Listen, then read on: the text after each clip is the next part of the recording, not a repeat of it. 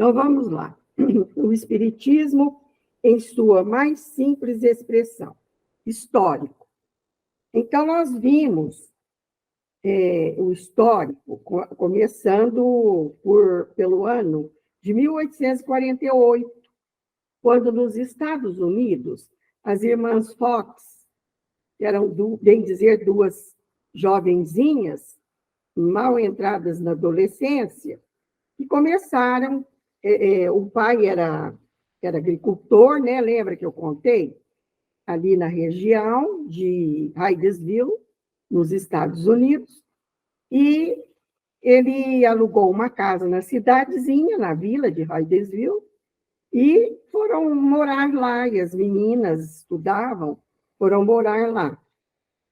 E as meninas começaram a ouvir batidas, arranhaduras nas paredes, móveis, objetos que se movimentavam, e elas ficavam assustadas, é lógico, porque era uma coisa assim, inusitada.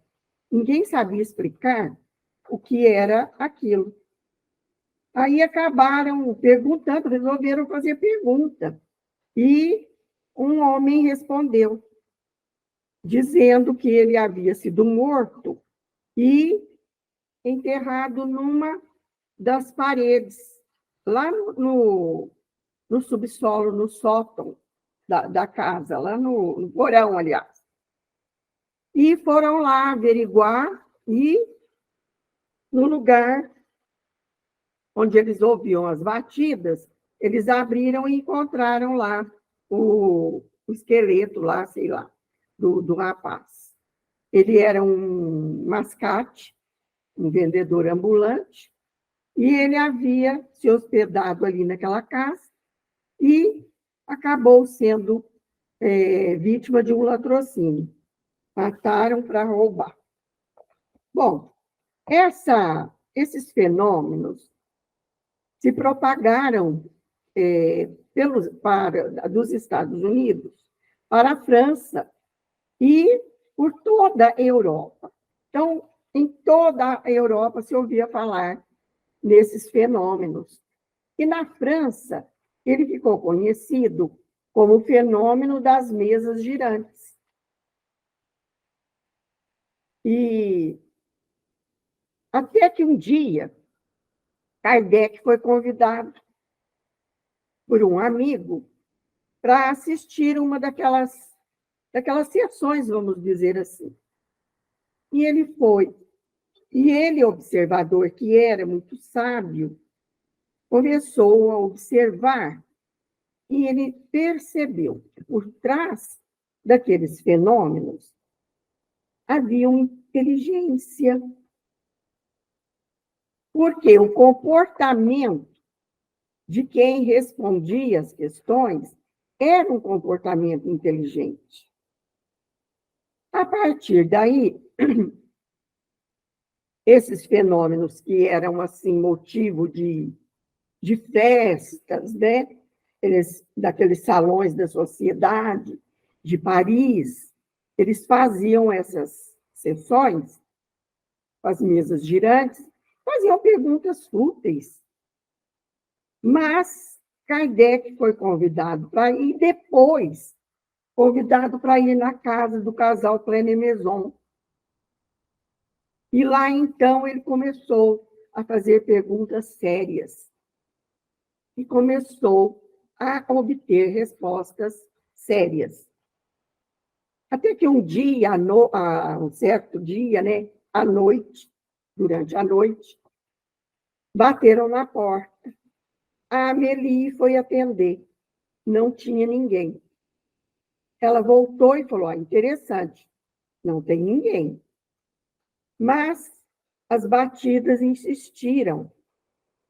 Então, uma voz disse a Kardec que ele era o escolhido para essa nova doutrina que iria surgir. E que, se ele não quisesse, outro o faria no seu lugar. E ele disse que sim. E era nada mais, nada menos que Jesus, que chegou para ele e disse: olha, eu estarei aqui com você de 15 em 15 dias, tal dia da semana. Eu não me lembro qual dia que era, se era quarta-feira, não me lembro o dia da semana. Mas que Kardec estaria ali, Jesus estaria ali com ele, para dar as devidas orientações, as devidas instruções. E assim foi combinado entre eles. E assim deve ter ocorrido. Então, Kardec começou a elaborar aquelas questões capciosas e os espíritos iam respondendo. E Kardec começou a receber, ele começou a fazer viagens ali pela França, e essas notícias se propagaram pelo mundo todo, através de correspondências, e Kardec recebia as correspondências do mundo todo, mas ele selecionava. Ele tinha a capacidade de ler uma por uma, e olha que era a luz de velas, hein, durante a noite. Não tinha ainda energia elétrica. A energia elétrica só veio um pouco depois da morte de Kardec, uns 10 ou mais anos depois. Então, era tudo à luz de vela, de lamparina, de lampião. E assim, então, foi elaborada a doutrina espírita a quatro mãos. Por que a quatro mãos? Modo de dizer, porque os espíritos superiores também participaram. E como eu estava dizendo, ele recebia correspondência de todo mundo, mas ele selecionava aquelas que tinham coerência, aquelas que tinham tudo a ver com a doutrina cristã, aquelas que tinham a ver com o bom senso, com a razão, daquelas que não tinham. Aquelas que não tinham, ele descartava. E assim foi elaborada a doutrina espírita, tal qual nós conhecemos hoje, depois de muito rascunho, de muitas escritas de Kardec, muitas páginas, ele revia, revisava, tudo isso sob a orientação do Espírito Verdade, que é Jesus. Bom, aí começaram a indagar, né? O que são esses espíritos? Qual é o seu objetivo? Qual é o papel deles no universo? Então, Kardec diz que esses espíritos são seres reais, inteligentes, que têm a sua individualidade e uma forma determinada. Podemos ter uma ideia aproximada do que são esses espíritos através da seguinte explicação, diz lá o texto. Quem tem o texto aí, o livro, pode acompanhar.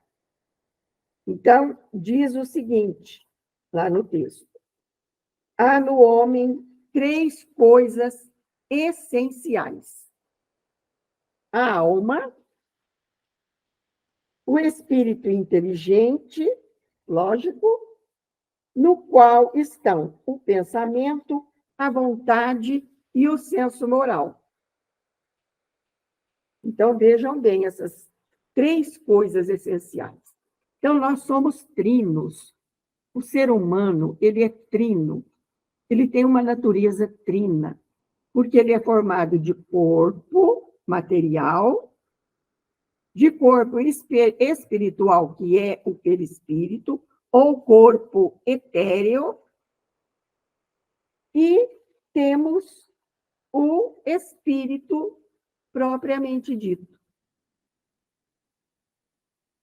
O espírito, a alma, ou espírito, que diz Kardec lá no Livro dos Espíritos, que a alma é o espírito encarnado.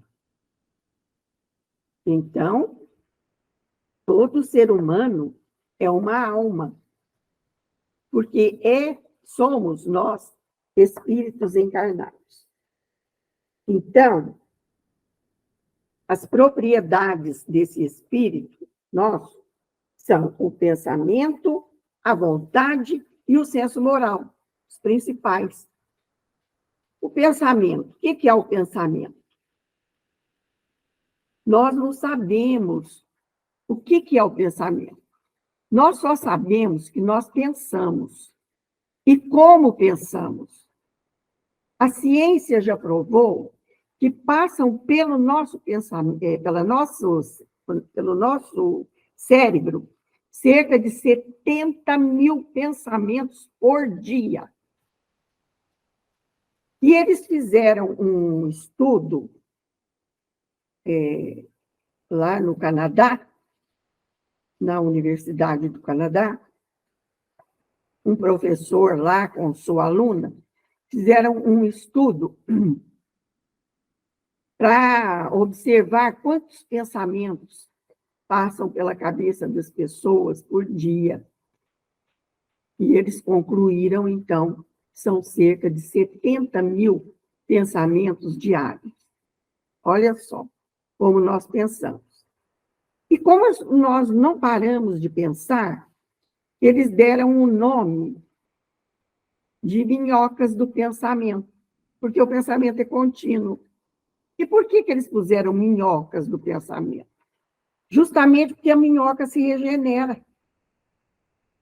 Você corta uma minhoca, ela se regenera, ela cresce. E são os nossos pensamentos, são contínuos. Então, daí a expressão, estou com minhoca na cabeça. É força de expressão. Então, são os pensamentos que não param. Agora, nós temos diversos tipos de pensamentos. Nós temos pensamentos bons, benévolos, temos pensamentos ruins, malévolos. Cabe a nós, porque, olha, o senso moral, a razão, a moral, nos dão um discernimento para entender que os pensamentos que passam pela nossa cabeça podem ser maus ou ruins. Os maus nós temos que repelir. Os bons nós vamos acolher com carinho, porque eles nem sempre são nossos, são soprados às vezes para nós. Ana, Oi. posso te interromper um pouquinho? Pode, é igual o Caio aqui. Certo. É o seguinte, sabe o que eu fiquei pensando? Desses 70 mil pensamentos, será que conta só no estado de vigília ou conta o sono também? Porque no sono a gente sonha. Deu para ver isso no texto ou não? Não, na pesquisa que eu vi, não foi ventilado se é só em vigília ou se é também através dos sonhos. Mas eu creio que é só na vigília, não sei. Isso aí não sei te responder. Mas é uma excelente pergunta. Gostei dessa reflexão sua. Ótima. A gente pode até pesquisar sobre isso, né? Para entender melhor. Muito boa. Bom, então nós temos, eu estava dizendo, essa capacidade de discernimento. Porque as leis divinas, nós temos um senso moral. O que é esse senso moral? São as leis morais que estão gravadas na nossa consciência. Ou vão sendo gravadas à medida que nós vamos evoluindo. Mas nós já temos capacidade para entender quais são os pensamentos ruins. E eu gosto sempre de lembrar aquele ditado oriental que diz assim: nós não podemos impedir que os pássaros voem sobre nossas cabeças, mas nós podemos impedi-los que façam ninhos nelas. Né? Olha que pensamento bonito oriental. Que reflexão, né? Luana, só um minutinho. Tem uma frase, eu acho que é Santo Agostinho que fala, porque o mal que eu não quero fazer, esse eu faço. É Paulo. É Paulo? E o bem que Isso. eu quero fazer, eu não consigo. É, Muito isso, né? é, é isso aí, é Paulo de Tarso que falou isso, né? O bem que eu quero, eu não faço. Eu não faço. O mal que eu não quero, isso é que eu faço. E, de fato, né? Porque nós deixamos os maus pensamentos se alinharem em nossas cabeças. E esses pensamentos provocam atos em nós.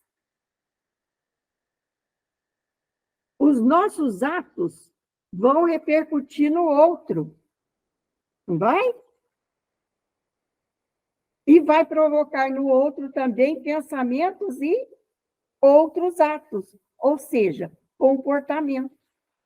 Então, os nossos pensamentos provocam comportamentos em nós, os nossos comportamentos provocam pensamentos nos outros. Olha como tudo é ligado.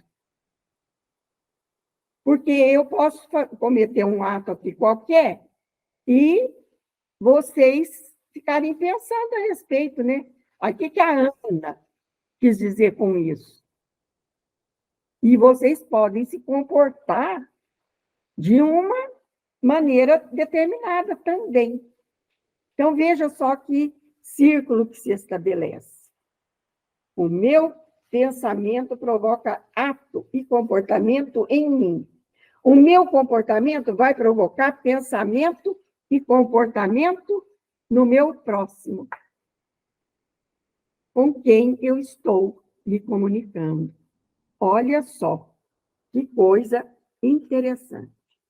Então, nós temos o pensamento e nós somos consciência que refletimos e observamos sobre aquilo que pensamos. Somos ou não somos? Vocês observam os pensamentos de vocês? Nós temos que observar. Observando, nós temos que refletir sobre eles. Poxa, mas por que eu estou pensando isso? Será que esse pensamento é meu? Será que ele foi gerado em mim mesmo? Ou alguém soprou no meu ouvido e eu não estou sabendo discernir?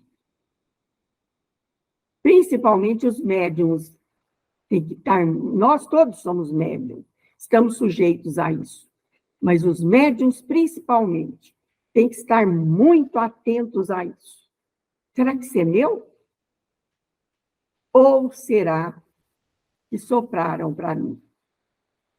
Isso no dia a dia, não é só lá no momento do trabalho mediúnico, não. É no dia a dia também. E a vontade? A vontade é o nosso querer. É pela vontade que nós agimos.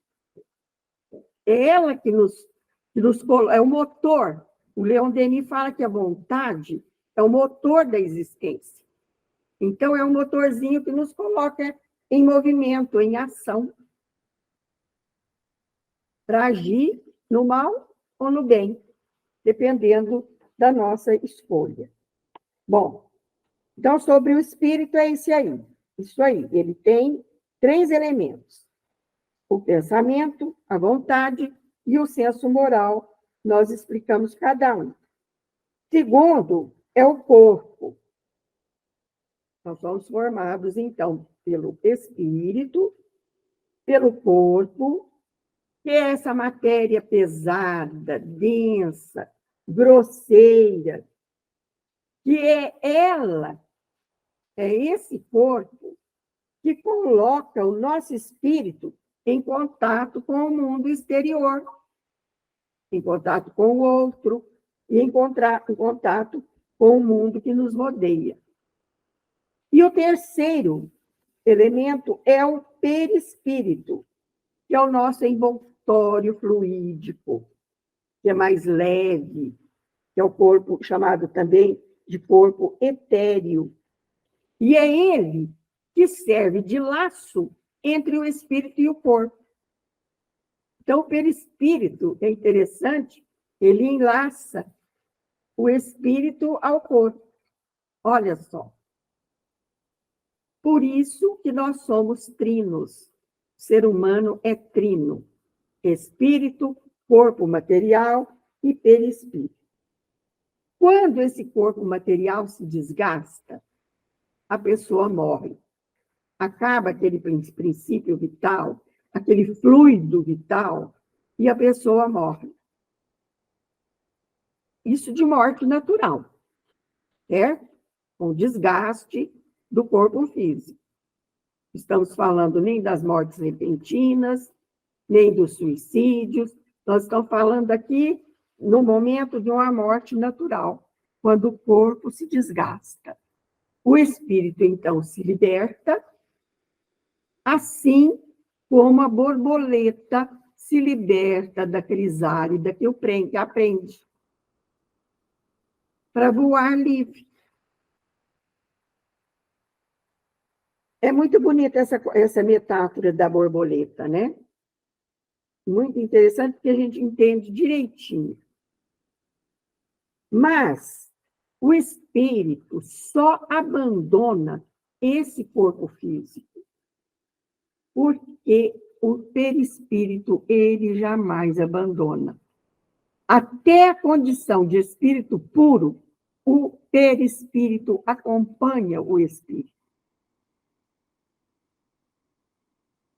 Sempre mais leve, mais sutil, à medida que nós vamos evoluindo, nós vamos formando o nosso perispírito dos fluidos mais leves que existem e que o espírito pode aglutinar.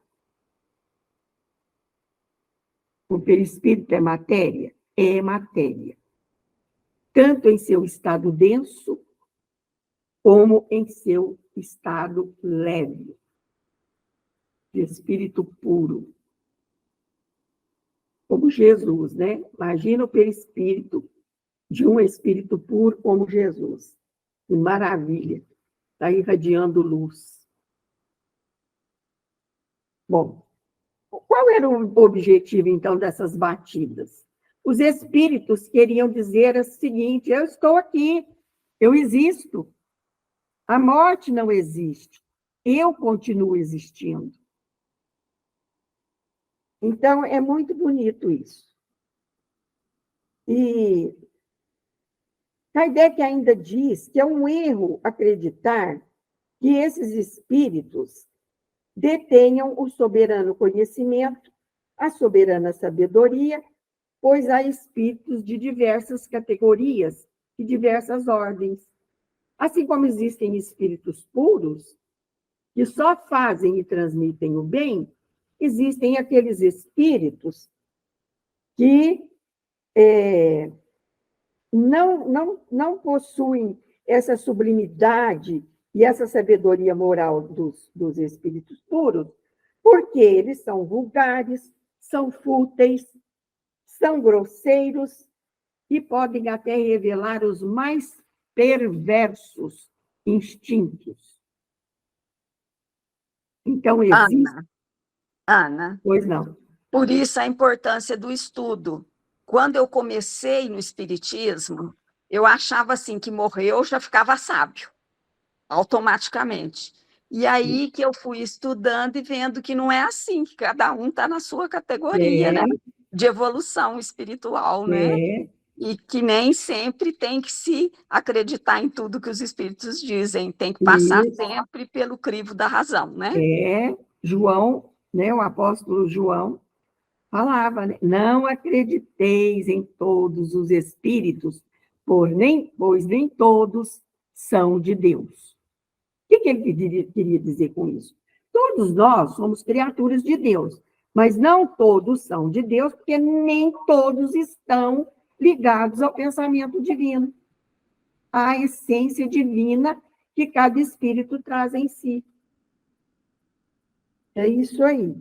Então, existem, sim, esses espíritos que são perversos e fazem o mal pelo prazer de fazer o mal. Se comprazem em fazer o mal. Enquanto aqueles que são puros, sublimes, se comprazem em fazer o bem. Então, do ponto de vista religioso, o Espiritismo se baseia em verdades fundamentais de todas as religiões. Porque todas as religiões, assim como o Espiritismo, acreditam em Deus, acreditam na existência da alma, acreditam na imortalidade e acreditam também nas penas e recompensas futuras. Só que o Espiritismo tem uma visão diferente, que é a visão da reencarnação. E que nós podemos resgatar os nossos erros, as nossas falhas, com uma nova oportunidade reencarnatória.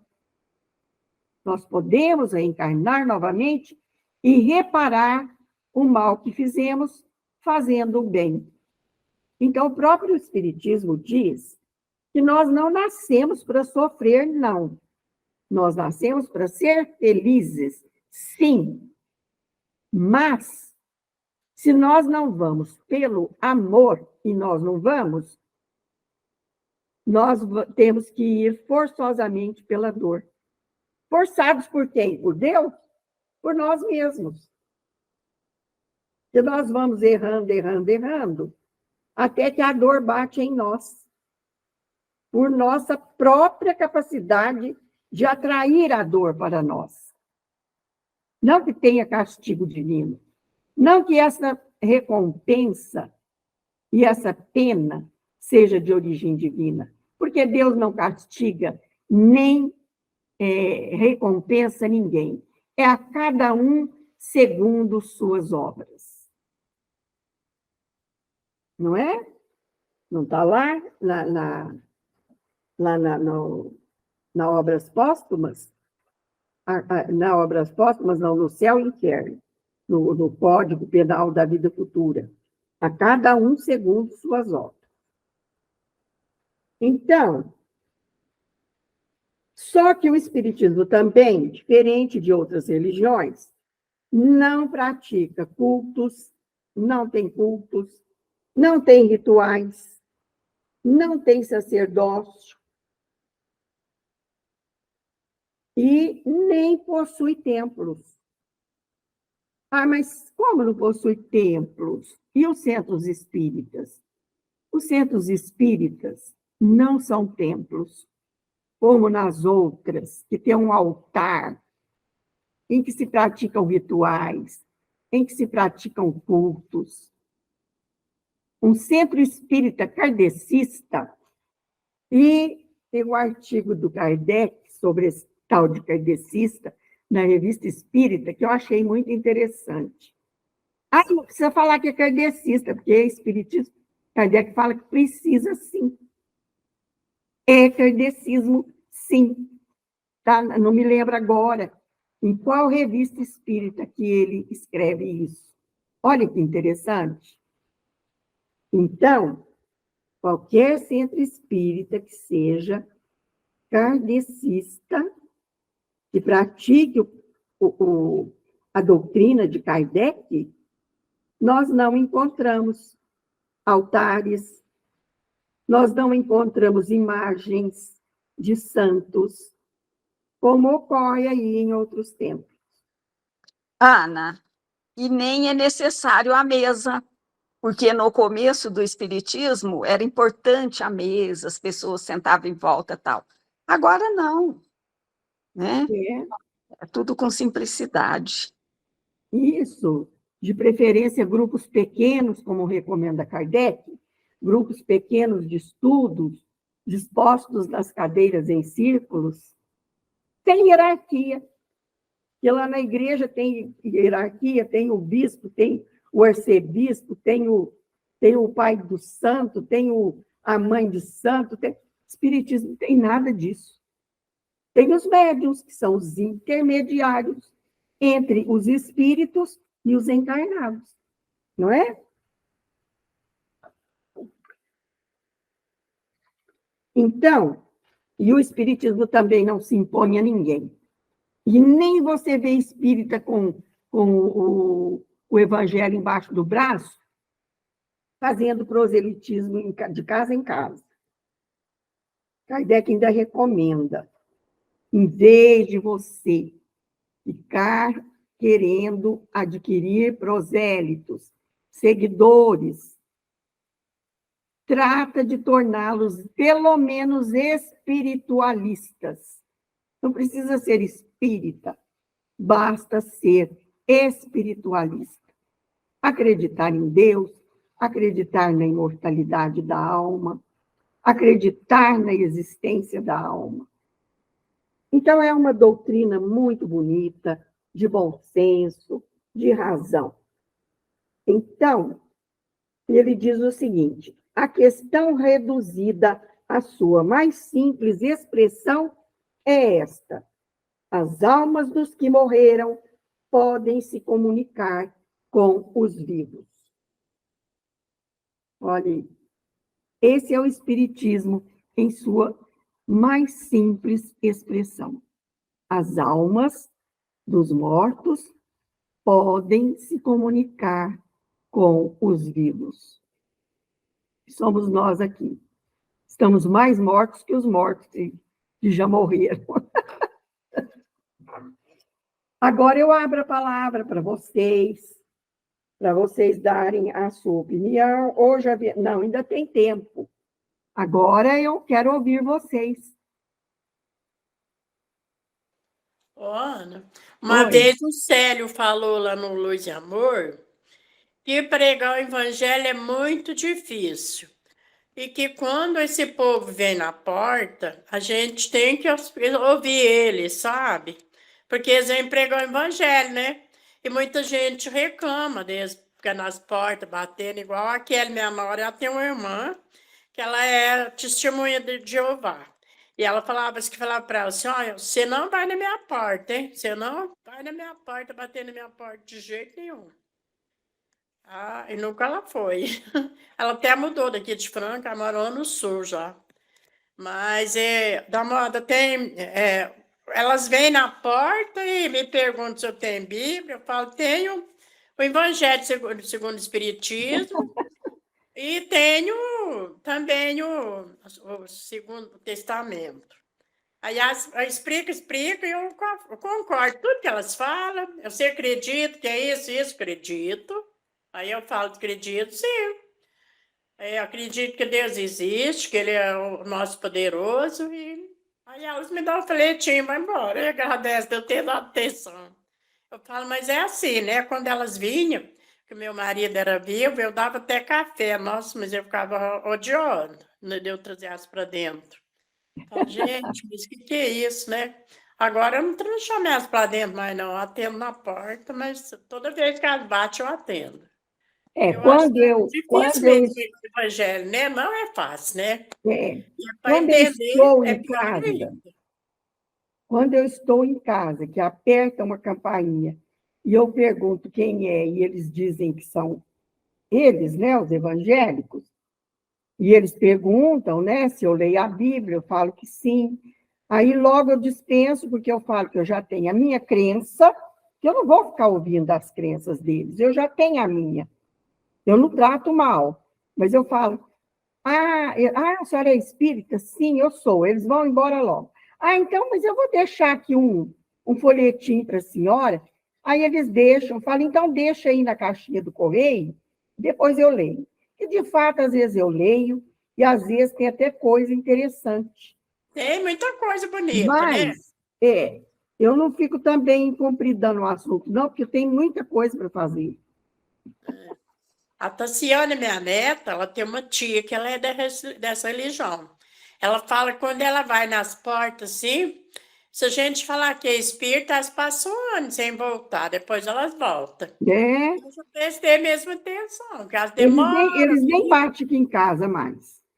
Quer desistir. Eu acho que é verdade, porque eles somem daqui. Eu falo: olha, eles pulam minha casa, que já coincidiu de eu ir chegando, parte um, parte outro, a mim eles pulam. E eu nunca tratei mal. Mas às vezes eu falo, eu sou espírita, aí pronto, acabou-se, já era. E eu tenho muita coisa para fazer, eu que cuido da minha casa, tudo. Eu não tenho, assim, muito tempo para dispor, para ficar ouvindo essas coisas que não são do meu interesse, certo? Mas elas agora demoram um pouquinho, né? Elas não demoram muito mais, igual demorava É porque a antigamente. senhora fala que é espírito. É porque a gente fala que é espírita, e eu tenho uma sobrinha, a Ana Cristina, ela tem um salão, ela tinha muita cliente que era testemunha de Jeová. Depois que ela ficou sabendo que era do espiritismo, ela sumiu, parou de ir. Que elas falam que não pode, né? Que lá tem, não pode, é espírito. É isso aí. Alguém quer fazer alguma pergunta, alguma colocação? A palavra está aberta. A minha parte já esgotou aqui. Eu acho que o que você falou foi muito bom. Eu já, né, deixo para os outros falar, né? Porque eu acho que eu não preciso nem de ninguém falar nada. Tudo que você explicou foi bom demais pra gente. Mas nós ainda temos tempo para encerrar. Fala, Marlene. Muito bom, Ana. É isso mesmo, assim, que eu fiquei reflexionando aqui, o trabalho de Kardec, né? Olha, gente, igual você falou, não tinha energia elétrica, e foi mesmo aquele, vamos dizer, numa linguagem popular, um catamilho, né? Ouvindo os espíritos falando de maneira, no começo, bem rudimentar, né? E deixou essa obra gigantesca, gente, gigantesca, que muitas vezes nós não conseguimos nem estudar a fundo toda a obra, né? É, E ele, em pouco tempo, elaborou, gente. Nossa, 20 anos, né? Foram 20 anos. então, eu fico pensando, que maravilha, né? Muito bom mesmo. Eu estou gostando também desse livro aí, que eu não conhecia. Você Saber que conhecia, começou, Roque? saber que começou por uma batida, né? As batidas ali, e isso depois fundamentou em pensamento, que a Anne falou tão bem, né? Aquela coisa bem arcaica mesmo, se a gente for ver. Ele foi muito, assim, inteligente, lógico, né? Ele foi escolhido assim, ó, esse. Mas ele foi inteligentíssimo, e ele foi muito curioso, né? Com a sua capacidade, né? Com o seu conhecimento, é lógico. Verdade. E o que a Marlene acabou de falar, e a gente está aqui arrastando para aprender alguma coisa. Queimando as pestanas, como se diz, né? Em cima dos livros. Aí a gente fica criando minhoca na cabeça, né, Anne? E a minhoca. Verinha? Ô, Ana, declama a poesia das minhocas para eles. Ah, A Ana fez um acho que eu já poema com essa declamei aqui. temática. Eu Aqui nesse declamei? grupo, não. Não, Acho que não. Nesse grupo, não. eu fiz uma poesia até. E ela está aí? Está aqui, ó, no meu celular. Ah, que bom. Então você vai declamar agora? É, vou ler aqui.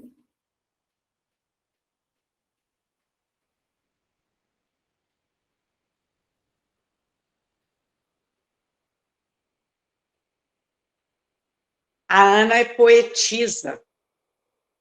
Poetisa de Ará.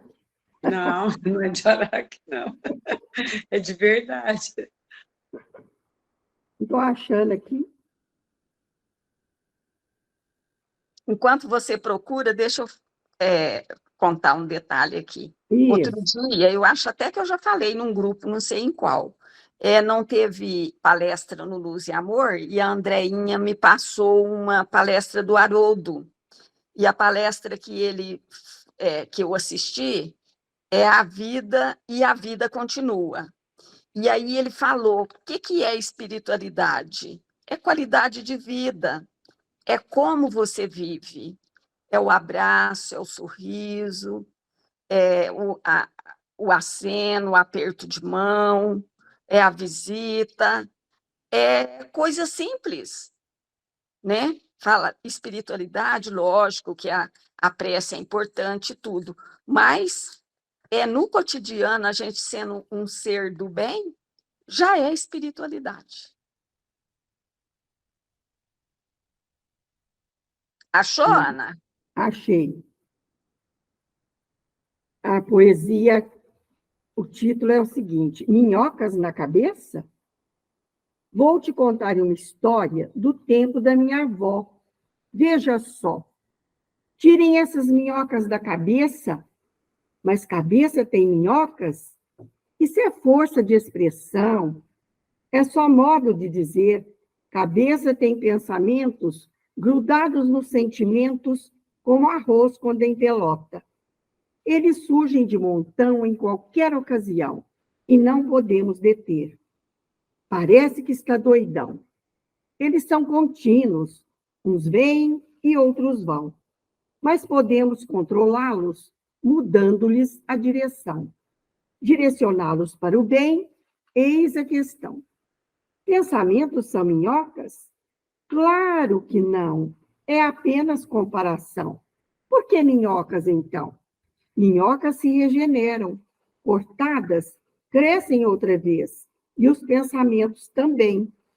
Mas vou te contar um fato, e isso não é boato, é pesquisa que fizeram, e isso é bem recente. Contaram os pensamentos que passam pela cabeça da gente. Mas como isso é possível? Hoje existem aparelhos que a neurociência usa para medir a quantidade dos pensamentos que passam pela cabeça da gente. E quer saber quantos são? Em média, uns 70 mil. E vou lhes contar mais ainda. Na Universidade de Queens, no Canadá, o professor Dr. Jordan Popenk e sua aluna de mestrado, Juliette Zeng, fizeram uma pesquisa e descobriram quando termina um pensamento e começa o outro. Mudando os pensamentos, mudamos os sentimentos. São eles bons ou ruins? Cabe a você, amiguinho, escolher sempre os do bem. É isso aí.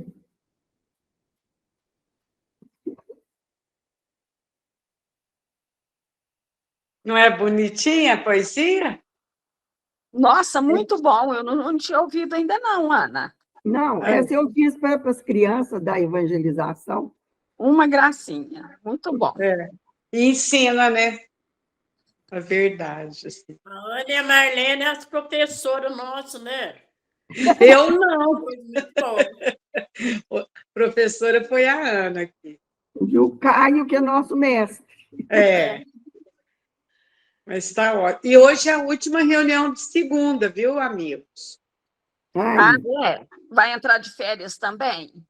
Vai. Ah, é Volta, bom, né? Aí volta só na segunda Dia semana 8. de janeiro? Dia 8, é. Dia 8 de janeiro. Isso, 8 de janeiro. Mas ainda tem a reunião de quarta, de sexta. Certo. Sexta ainda tem, Marlene? Sexta é dia 15. Sexta é dia 15, né? É. Então, falar em sexta, eu conversei com o Vitor, mandei mensagem para ele. Falei, Vitor, você sumiu, está todo mundo com saudade, sentindo sua falta. Aí ele pôs assim, ó, quer ver? Vou ler para vocês. O que ele mandou?